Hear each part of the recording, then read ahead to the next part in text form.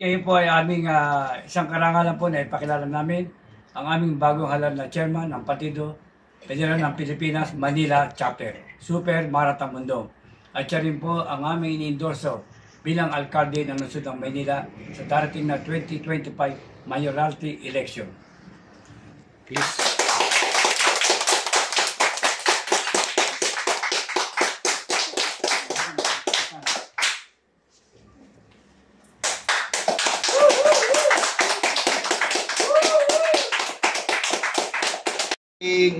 Ma'am, good evening po. Kayo po ang bagong chairman ng Partido Federal Manila Chapter at kayo rin po ang napili nila bilang pambato na alkalde ng Maynila sa 2025 election. Ano po reaction niyo po, ma'am?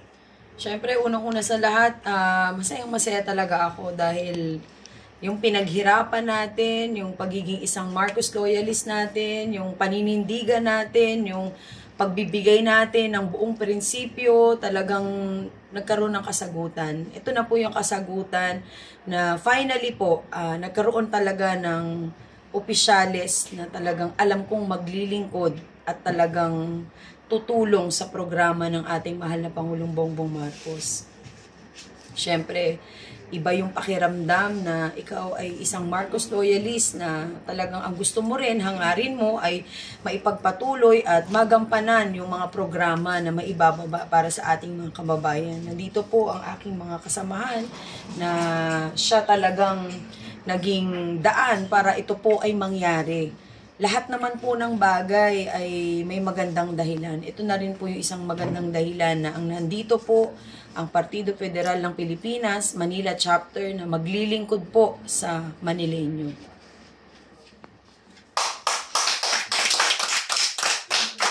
Yung masasabi niyo po na dinala po kayo ng Partido Federal ng Pilipinas, Manila Chapter Council. Siyempre masayang-masaya ako. Yung kaligayahan ko, kaligayahan ng isang Manileño na napansin din, finally, nabigyan din tayo ng atensyon na talagang kailangan natin mabuo.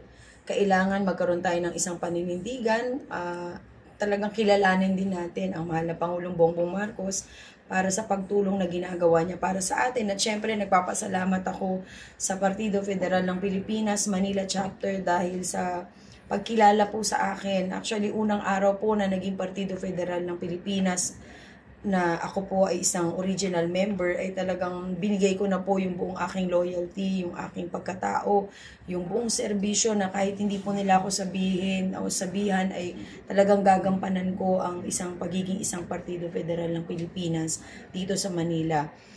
Ito po ay isang pagkilala na rin sa ginawa ng ating mahal na Pangulong Bongbong Marcos para sa Pilipinas na pinagkaisa niya po ang lahat para mabuo at magkaroon talaga ng tunay na programa para sa taong bayan. Ito rin po yung ating hangarin para sa Maynila na mabuo po ang Manileño para sa pagtutulungan at pagkakaisa at pagmamalasakit sa bawat isa. Dahil ito rin po ang magandang paraan para magampanan talaga natin ang ating posisyon at hindi lamang yon kundi yung pagtulong talaga maibigay natin ng buong buo. Kaya maraming salamat sa ating Presidente, Vice President, sa SECGEN at sa iba pang mga opisyalis po na naluklok po at dumaan talaga sa tamang proseso. Proseso po na alam natin na mayroong pagmamahal ang bawat isa sa kanila kaya tayo po ay narito. Ako naman po ay tuwang-tuwa at gagampanan ko ng buong buo ng walang pag-aalinlangan ang pagiging isang Partido Federal ng Pilipinas ko dito sa Maynila na kung saan sana po sa ating mga kapwa ka-Partido Federal ay nananawagan ako na gawin po natin itong isang paraan ng pagkakaisa at pagtutulungan para maging matagumpay din po ang programa at administrasyon ng ating mahal na Pangulong Bongbong Marcos. Para sa Manileño, huwag po kayo mag-alala. Ito po ay hindi paglaban sa ibang grupo, kung hindi ito po ay isang daan para tayo ay magkaisa talaga. Dahil lugmok na po sa kahirapan at sa problema ang Maynila. Siguro ito na yung paraan ng ating Panginoong Diyos na ibinigay niya sa atin para magampanan natin yung pagiging isang tunay na tao at pagiging isang tunay na Pilipino. Kaya sana po, para sa aking mga kasamahan dito, wag po tayo mawala ng pag-asa dahil ito po yung binigay sa atin. Kailangan mahalin natin, yakapin para sa Maynila, maibangon po natin ang lahat. Kaya maraming salamat.